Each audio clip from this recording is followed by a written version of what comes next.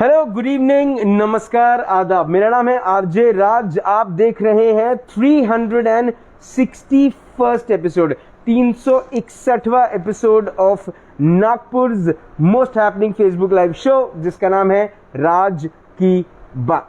Chhatarpur farms presents राज की बात in association with Kamath and Durukar Wealth Managers. A big thank you to my health partner, which is Crims Hospital. My home partner is Siddhi Vinayak Infrastructure. A big thank you to Globus ITI, Kamti, Tirupati Urban Cooperative Bank, Servicing Wala, and of course my security partner, which is Joshi Security Systems. Vidarbha के युवाओं की उम्मीद है Yuva Foundation. A big thank you to them as well. Tricos is the Nagpur brand of chocolates reaching globally now. A big thank you to Sushant Khopragade also. वो hi कहते हैं, मैं high का जवाब नहीं दे पाता. बहरहाल आज हम बात कर रहे हैं कलाकारों की, कलाकारों के जीवन की, क्योंकि आज जो कोविड का वक्त शुरू है उसमें कलाकार एक ही बात कह रहे हैं कि लाइफ है बेकार. लेकिन उन सभी सवालों का जवाब देने के लिए मेरे साथ आज इस वक्त खुद एक ऐसे कलाकार हैं जो खुद एक माने नामी गिरामी कलाकार है, समाज सेवक है और एक कंपनी चलाते हैं जो पिछले 25 सालों से नागपुर शहर में सामाजिक कार्यक्रमों में आयोजक भी रहे हैं, प्रायोजक भी रहे हैं. मैं बात कर रहा हूं कलाकृति एंटरटेनमेंट के बारे में, जिसके डायरेक्टर है मेरे साथ इस वक्त. मैं उनको प्यार से बब्बू भैया कहता हूँ, बब्बू कुकरेजा जी. उनका मैं स्वागत करता हूँ. बब्बू भैया नमस्कार. नमस्ते. आपका राज की बात के 361वें एपिसोड में स्वागत है. धन्यवाद. लाइफ है बेकार ऑफ कलाकार, कैसे देखते हैं इस पूरे के पूरे वाक्य को आप? देखो, कलाकार तो कभी बेकार नहीं रहेगा. आज जरूर हमारी परिस्थिति कोविड में कार्यक्रम नहीं होने के कारण खराब हो गई है. कलाकार तब तक जिंदा है जब तक उसमें कला है जी. और कला कभी इस दुनिया में समाप्त नहीं होने वाली, क्योंकि कला एक ऐसी चीज है जो हम खुद कलाकार अपनी ओर से प्रस्तुति करते हैं. हम लोगों को हंसाते हैं, हम लोगों को जगाते हैं, हम लोगों को खुशियां देने वाले लोग हैं. आज जरूर कार्यक्रम नहीं हो रहे हैं, प्रोग्राम्स नहीं हो रहे हैं, हमारी कला की प्रस्तुति हम मार्केट में नहीं प्रदर्शन कर पा रहे. कोई बात नहीं, वक्त आएगा मेरे कलाकार भाइयों, मेरे दोस्तों. कला कहीं नहीं जाने वाली. एक वक्त ऐसा आएगा फिर से हमारे दिनों की शुरुआत होगी और नागपुर शहर ही नहीं पूरा हिंदुस्तान हमको फिर से सुनेगा और कलाकार की शक्लों पर वो खुशियां हम फिर लेकर आएंगे. लेकिन कलाकारों के जीवन में एकदम से इस किस्म की आपदा आना, जहां पर कलाकार सुसाइड कमिट कर रहे हैं, जहां पर कलाकार डिप्रेशन में जा रहे हैं, फ्रस्ट्रेशन में जा रहे हैं, आप खुद एक कलाकार रह चुके हैं, इस मानसिकता को किस तरीके से देखा जाए? देखो भाई, वक्त ऐसा है, कलाकार बहुत से कलाकार ऐसे हैं जो हैंड टू माउथ है. सिर्फ कला का प्रदर्शन कर ही अपने घर का पालन पोषण करते हैं. उन्होंने कभी दूसरे बिजनेस के बारे में ध्यान ही नहीं दिया, सोचा ही नहीं, अपने मस्ती में रहे. मस्ती में भी इसलिए थे क्योंकि उनको जितना पर्याप्त अनुदान मिलता था, मान सम्मान मिलता था पैसे के रूप में, आर्थिक के रूप में, वो खुश थे. लेकिन इन्होंने कभी ये नहीं सोचा कि हम पे कभी ऐसी आपदा आएगी और हम अब ऐसे मुश्किल में पड़ जाएंगे. ये तो किसी को भी नहीं पता था. लेकिन सबसे ज्यादा अगर कोई इंडस्ट्रीज में फर्क पड़ा है तो वो शादी विवाह की इंडस्ट्री में फर्क पड़ा है, सेलिब्रेशन की इंडस्ट्री में फर्क पड़ा है. क्योंकि हम कलाकार की प्रस्तुति सिर्फ एक सेलिब्रेशन के टाइम पे ही होती है. ऐसे प्राइवेट थिएटर्स नागपुर में नहीं है कि हम टिकट शो कर कोई प्रोग्राम कर सके. अपने बलबूते पे हमने कोई प्रोग्राम कर लिया तो टिकट्स नहीं बिकती है, स्पॉन्सर नहीं मिलते, हम कहाँ जाए. आज मैं चाहता हूँ कि कलाकारों के लिए कुछ करूँ, लेकिन टिकट से नहीं बिकते नागपुर में जी. कोई बात नहीं, ये आपदा जो हम पर आई है, हम इसको संघर्ष कर रहे हैं.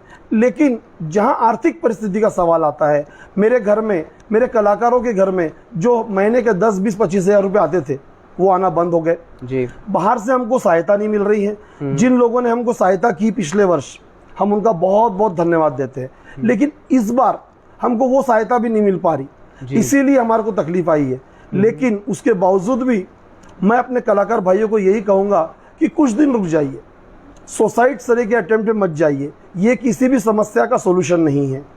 आज जरूर तकलीफ हो रही है, मैं समझ रहा हूँ. किसी ने 2-5 हजार कर्जा लेके रखा हुआ है, वो हम कर्जा नहीं दे पा रहे होंगे, हम EMI नहीं भर पा रहे होंगे, हम अपने घर में स्वास्थ्य सुविधा नहीं दे पा रहे होंगे. कोई बात नहीं, हमसे भी एक भूल हुई है. हमने अपने लाइफ में कभी अपने किसी नेता को नेता नहीं माना, हमने अपने आप में किसी को बड़ा नहीं माना. तो हमारा गॉडफादर कोई नहीं है। कोई बात नहीं, हम खुद गॉडफादर बनेंगे, अपने ग्रुप के गॉडफादर बनेंगे और अपने साथियों को ऐसे स्थिति में लाके खड़ा करेंगे कि दोबारा कभी कितनी भी बड़ी आपदा आ जाए, मेरा कलाकार भाई कभी तकलीफ में नहीं रहेगा।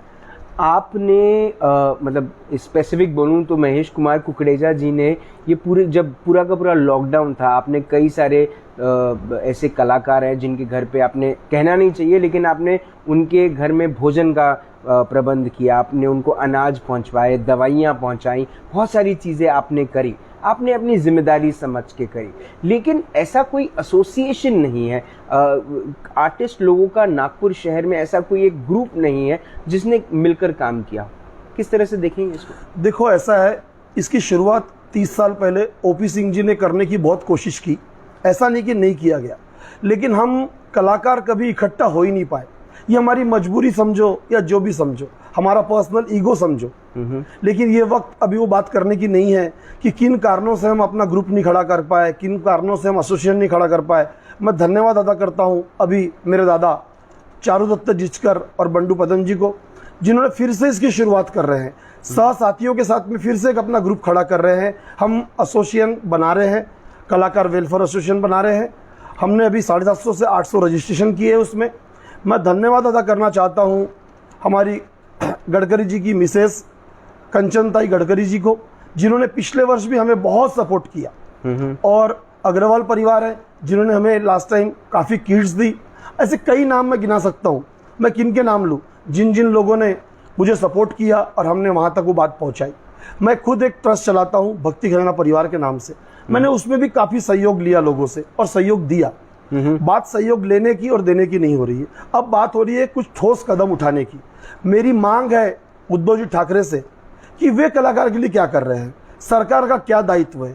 हम रजिस्टर नहीं थे, अब हम रजिस्ट्रेशन भी ले चुके हैं। अब मैं चाहता हूं माननीय मुख्यमंत्री उद्धव जी ठाकरे कि वे हमारे लिए कुछ करें, हम कलाकार भाइयों के लिए कुछ करें। नागपुर में कुछ नहीं है, आप राज भाई मुंबई जाओ जी, किसी भी स्टूडियो में चले जाओ, आप उनसे पूछो कि भाई कलाकार तू कहाँ का है, वो आपको यही कहेगा मैं पूर्व विदर्भ का हूँ। बहुत खुशी होती है जब मैं मुंबई जाता हूँ स्टूडियो में और कलाकार भाइयों से मिलता हूँ और पूछता हूँ, तो कोई कहता मैं हिंगन घाट से हूँ, कोई कहता वरोरा से हूँ, कोई कहता मैं नागपुर से हूँ।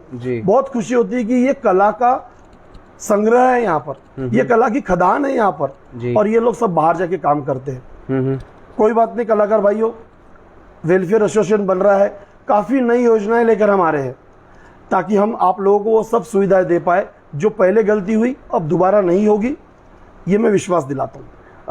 आप नागपुर शहर के जो महापौर हैं श्री दयाशंकर तिवारी जी के बहुत करीबी हैं, आप उनकी तरफ भी गए थे कि आर्टिस्ट लोगों का कुछ हो, कलाकारों का कुछ हो।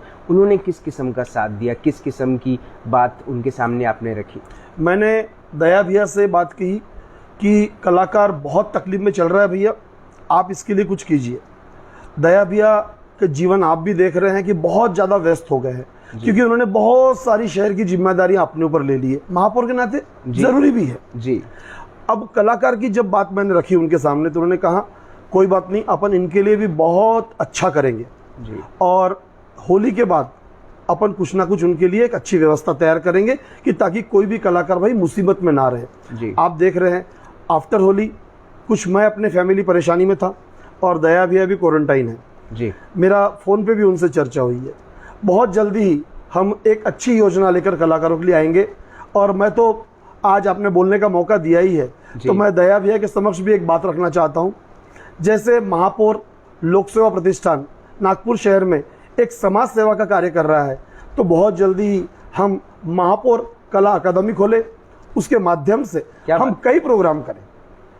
बहुत अच्छी संकल्पना और बहुत अच्छी सोच का आज आपने इजहार किया। मैं महेश कुमार जी, एक बात जो मुझे ऐसा लगता है कि नागपुर के सभी कलाकारों के मन में है कि एक अलग किस्म का झगड़ा, मतभेद नागपुर के आर्टिस्ट के लोगों आर्टिस्टों में भी है कि एक अलग लॉबी में है, एक अलग लॉबी है, महाराष्ट्रियन लॉबी है, नॉर्थ इंडियन लॉबी है, साउथ इंडियन लॉबी है। ये जो लॉबीइज्म चलता है, क्या उसका ही असर ये है कि आज कलाकारों में एकता नहीं है? क्या कलाकार मिलकर कुछ नहीं कर पा रहे? देखो, राज भाई, कलाकार की कोई जात नहीं होती, कलाकार की कोई पात नहीं होती।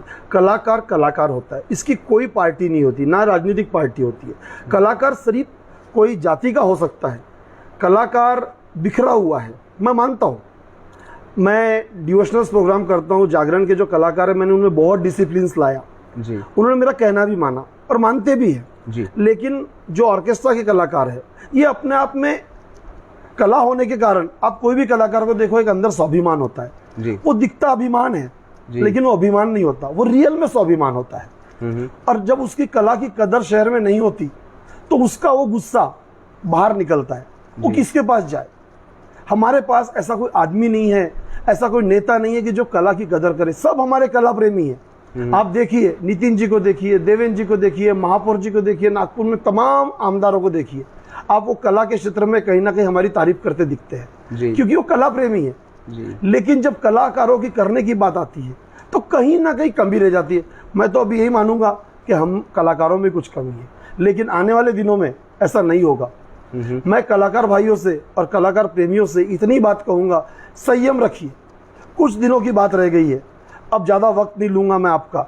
और बहुत जल्दी नागपुर में एक ऐसा एसोसिएशन, एक वेलफेयर, कलाकार वेलफेयर, चारुदत्त दिचकर, बंडू पदम और अन्य साथियों के साथ में, हो सकता है मैं आज सबके नाम नहीं ले पा रहा हूं तो वो भी मेरे से नाराज होंगे। नाराज मत होइए, ये वक्त है एक अच्छी योजना को आगे ले जाने का।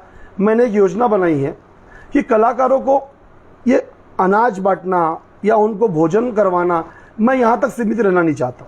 मैं एक ऐसा हेल्थ कार्ड बनाने जा रहा हूँ कि इनके घरों में किसी भी प्रकार की हेल्थ प्रॉब्लम आए तो इनको किसी लाइन में रखने की जरूरत ना पड़े, ये अपना कार्ड दिखाए और इनका काम हो जाना चाहिए। क्योंकि ये शहर में एक अलग सेवा देते हैं जी। मानधन जरूर लेते हैं, मानधन कौन नहीं लेता, लेकिन एक सेवा देते हैं। उतना रिस्पेक्ट इनको जो नहीं मिल रहा है, उतना रिस्पेक्ट पहले इनको दिलाना है। इनको अपने आप में लगे कि नहीं, हम कलाकार हैं, हमारा एक अलग कैटेगरी है, हमको ये सुविधा मिलनी चाहिए। और ये लेकर हम जाएंगे, महापौर जी के पास जाएंगे, देवेंद्र जी के पास जाएंगे, उद्धव जी ठाकरे के पास जाएंगे, नितिन जी के पास जाएंगे, तमाम नेताओं के पास जाएंगे कि हमें हमारा मौका दो। एक बात जो मैं आपसे चाहूँगा कि आप इस पे भी थोड़ी सी रोशनी डालें, सिर्फ कलाकार को हम उन तक सीमित रह जाते हैं जब हम कलाकार कहते हैं कि जो गाता है, जो मिमिक्री करता है, जो एंकर है, जो कोई म्यूजिकल इंस्ट्रूमेंट बजाता है, या हम उनकी भी बात इस एसोसिएशन में करेंगे जो लाइट वाला है, डेकोरेशन वाला है, साउंड वाला है, क्या उनकी भी बात होगी? हाँ। 100%। इसमें हमारे साथ में जितने हमारे को आर्टिस्ट हैं जो डांस करते हैं, साउंड चलाते हैं, लाइट्स वाले हैं, हम इन सबको हमारे साथ जोड़ेंगे क्योंकि हम उनके भी घर हम अधूरे हैं। अगर मैं अच्छा गिटार बजाता हूँ, मेरी आवाज़ अगर सुरीली बाहर तक नहीं जाएगी तो साउंड वाला सपोर्टिंग एक्टर्स है, वो लोग भी हमारे साथ में रहेंगे। मैं तो कहता हूँ ये पूरी शादी ब्याह की इंडस्ट्रीज जी एक जगह आ जाए, एक प्लेटफॉर्म पे आ जाए और हम मिलकर कुछ करें। ऐसे कई शादी ब्याह में काम करने वाले लोग हैं जो सामने नहीं आते, लेकिन वो भी 1,500 से 2,000 परिवार नागपुर में रहते हैं। खाना बनाने वाली है, उसको भी समस्या आ गई है, वेटर्स है, उनकी भी समस्या है, बहुत बड़ी इंडस्ट्रीज है जी। अगर नागपुर में अगर बात की जाए तो सबसे ज्यादा इफेक्टेड अगर कोई हुआ है तो वो मंगल कार्यालय वाले, लॉन्स वाले जी बहुत इफेक्टेड हुए हैं। इतने लाखों की लागत लगी पड़ी है। इनका जो एसोसिएशन है, उसके जो प्रेसिडेंट हैं श्री दिलीप कामदार जी, उनके साथ मेरा इंटरव्यू हुआ था। उस इंटरव्यू में आपने भी कुछ पॉइंट्स रखे थे, वो इंटरव्यू मुझे आज भी याद है उसमें। लेकिन उनसे बात करते करते जब मैं अभी याद कर रहा हूँ, कहीं पे भी उन्होंने भी कहीं ना कहीं उल्लेख नहीं किया इस बात का। वो चिंतित ज़रूर थे कि जो आर्टिस्ट हैं, कलाकार हैं, वो भी बहुत सारी तकलीफ़ों से गुजर रहे हैं, लेकिन अब आप चाहते हैं कि सब लोग एक एसोसिएशन में आए। कितना डिफिकल्ट होगा, कितना चुनौतीपूर्ण है ये? बहुत चुनौतीपूर्ण है, इसीलिए मैं इसको 3 सेक्टर में बांटा है मैंने। कलाकार और सपोर्टिंग एक्टर्स, ये वेलफेयर अलग रहे, इनका जो एसोसिएशन ऑलरेडी तगड़ा है ये अलग रहे। हम कहीं ना कहीं एक साथ जुड़े हुए हैं। हम अगर ताकत से जाएंगे तो जरूर कुछ ना कुछ लेकर उठेंगे। लेकिन अभी मैं जो बात आपसे कर रहा हूँ ये सिर्फ कलाकारों की कर रहा हूँ, क्योंकि मैं आज व्यापारी के नाते यहाँ नहीं बैठा हूँ जी। मैं जरूर व्यापारी हूँ, मैं भी साड़ी का व्यापारी हूँ, तो नेचुरल शादी विवाह से मैं भी जुड़ा हुआ हूँ जी। लेकिन क्या करूँ, हालत खराब है। लेकिन अगर मैं अपने व्यापार को देखते रहूंगा तो मैं कलाकारों की बात नहीं कर पाऊंगा। मुझे अभी जुनून है कलाकारों का कि कलाकारों को उनका हक दिला के रहूंगा। कला, मेरे आखिरी के कुछ सवाल आपसे, जो कलाकार हैं, जो मैं फिर से वापस से उसी बात पे आ रहा हूँ कि लोगों ने अपने अपने छोटे छोटे यूनियंस बना के रखे हैं, छोटी छोटी लॉबीज बना कर रखी हैं। उन लॉबीज चलाने वाले लोग, जो उसके पीछे की जो राजनीति करने वाले लोग हैं, जो चाणक्य नीति का इस्तेमाल करते हैं, आप उनसे कुछ कहना चाहते हैं इस वक्त? मेरी हाथ जोड़ के सभी कलाकार से, जो यूनियन है, जो ग्रुप है, उनसे विनंती है, अपना ईगो, अपना स्वाभिमान, अपना अभिमान सब एक जगह रख दो। नहीं चाहिए, अभी सब एक हो जाओ, क्योंकि हम लोग सक्षम है। कुछ कलाकारों के यहाँ पर कोई टीचर है, कुछ कलाकारों के क्या अदर इनकम आती है, हमारा घर चल जाएगा। लेकिन कुछ कलाकार हमारे भाई ऐसे हैं, 780 से 790 कलाकार भाई हमारे ऐसे हैं जो हैंड टू माउथ है, जिनके यहाँ अदर सोर्स है ही नहीं। उनके यहाँ सिर्फ गाना बजाने से ही अमाउंट आता है, पैसा आता है और घर चलता है। वो कहाँ जाएंगे? उनके खातिर हम एक हो जाए। इस एसोसिएशन में कोई फीस रहेगी? कुछ ऐसा, कुछ साल का कुछ ऐसा मेंबरशिप फीस कुछ रहेगी? बहुत नॉमिनल रखेंगे। मेरी चारुदत्त जी से परसों भी एक छोटा सा मीटिंग हुआ। मैंने उनसे कहा कि पहले लोगों को इकट्ठा कीजिए, और मेरा साथ साथ में एक प्लानिंग है।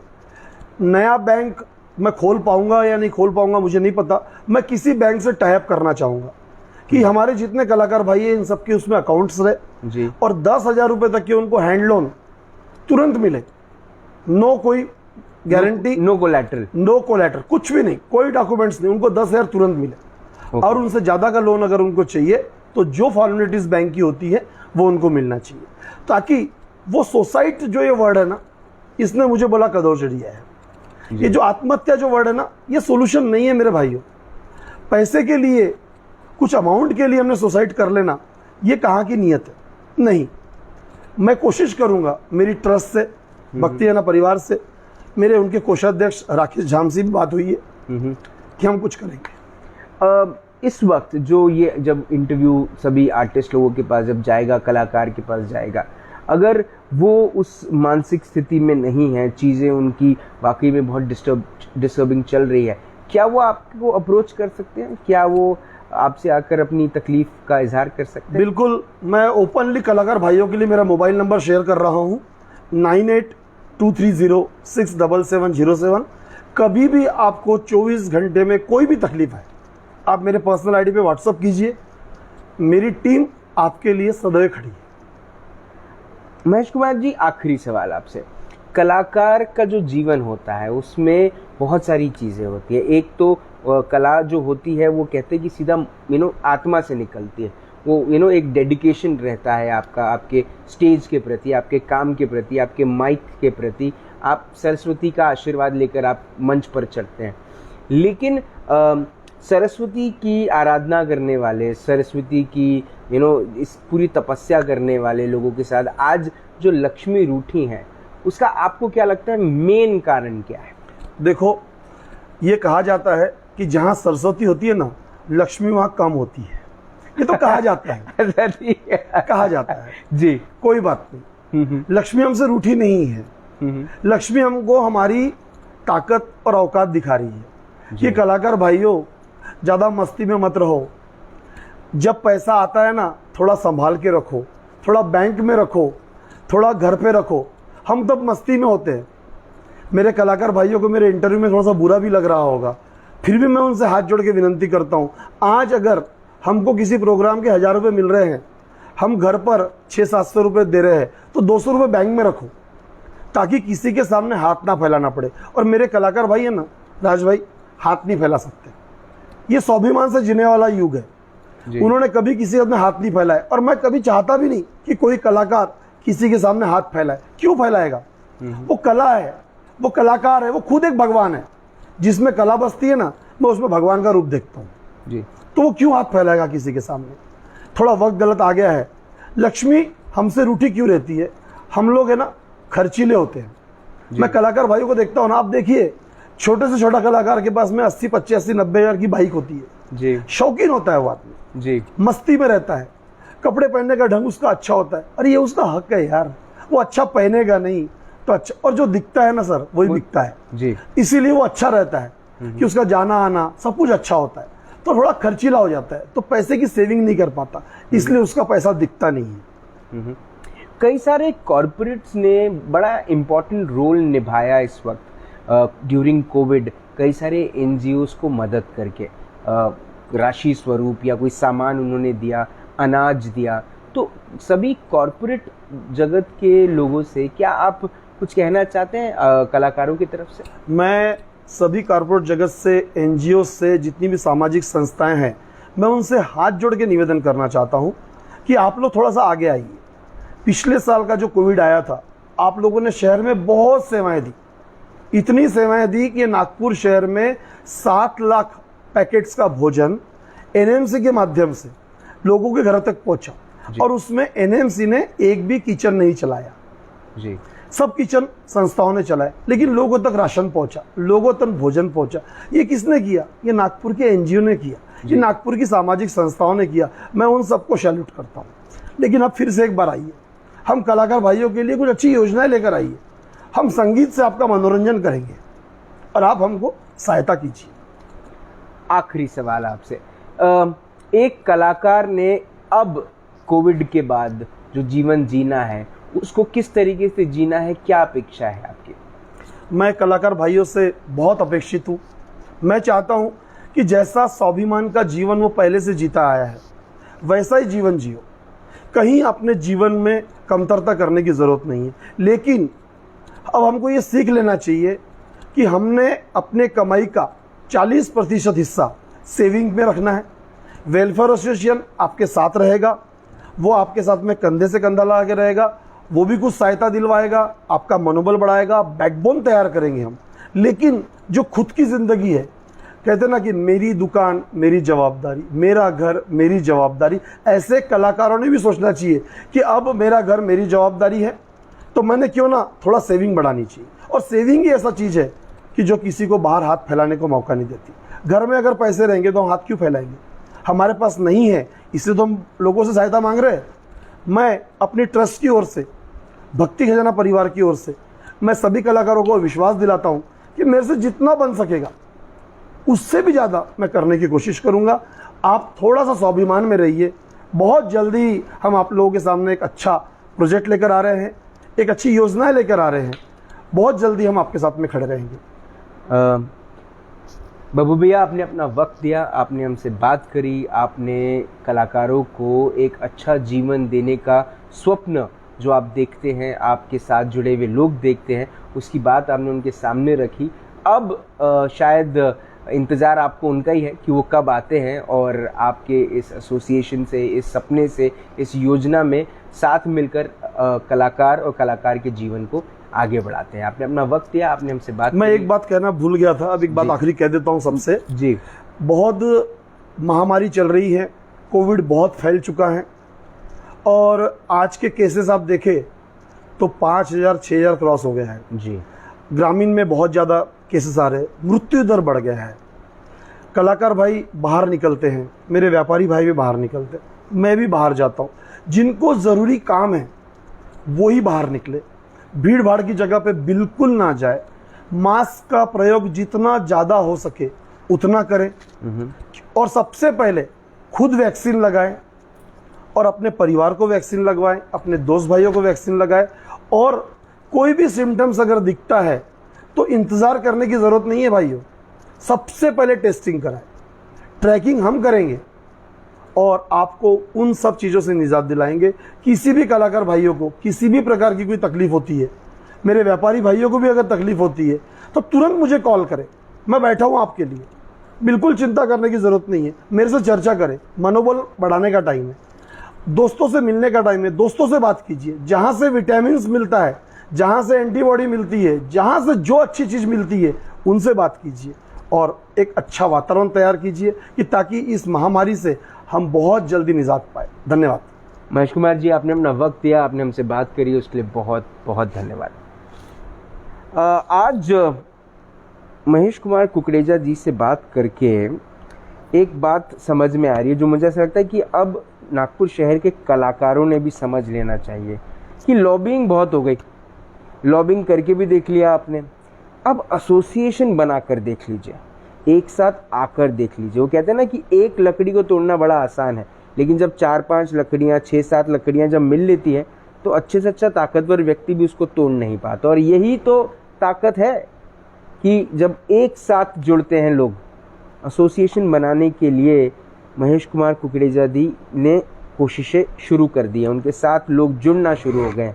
आप भी जुड़िए, आप भी एक इस किस्म की एक यंत्रणा तैयार कीजिए, किस्म की एक योजना तैयार कीजिए जहाँ पर किसी भी कलाकार को कभी भी जीवन में कोई भी प्रॉब्लम आए तो उसके लिए एक नहीं, दो नहीं, हजारों कलाकार तैयार रहें। क्योंकि कलाकार, वो कहते हैं ना कि इंसान होना भाग्य की बात है, लेकिन कलाकार होना सौभाग्य की बात है। कल शाम को 5 बजे होगी मुलाकात इन राज की बात। तब तक आप अपना ध्यान रखें, सुरक्षित रहें, स्वच्छ रहें, स्वस्थ रहें, मस्त रहें, खुश रहें। पॉलिटिक्स ना करें। कला में अगर पॉलिटिक्स हो जाती है ना तो वो उससे सरस्वती खुद रूठ जाती है।